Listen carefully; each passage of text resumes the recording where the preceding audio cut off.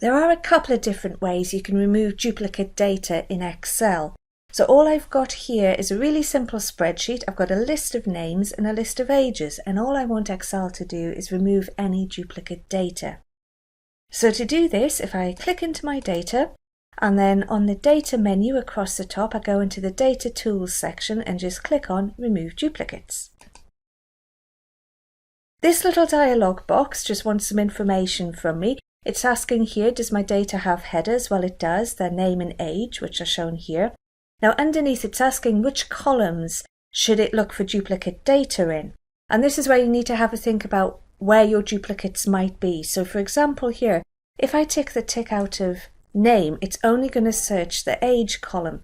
And as you can see, I've got quite a few people here who are all 45 years old, but they're all different people. So I've got Rosie, Murray, Isla, Shireen.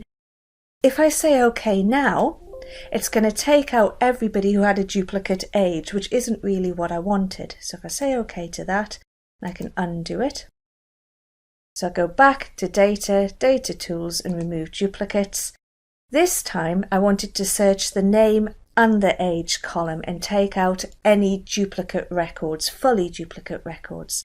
And if I say OK, it says one duplicate value has been found and removed, and I've got 27 unique ones. So that's absolutely perfect. Undo that.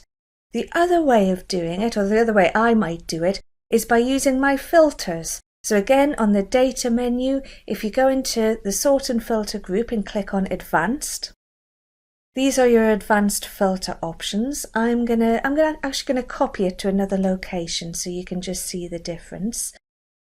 Where it says copy to, I think I'll copy it, yep, over here. And I want unique records only. So if I say OK, you can see I've got one record less. And again, if I just get rid of that, if I do the filter again, but this time I'll filter it in place. I want unique records only and say OK.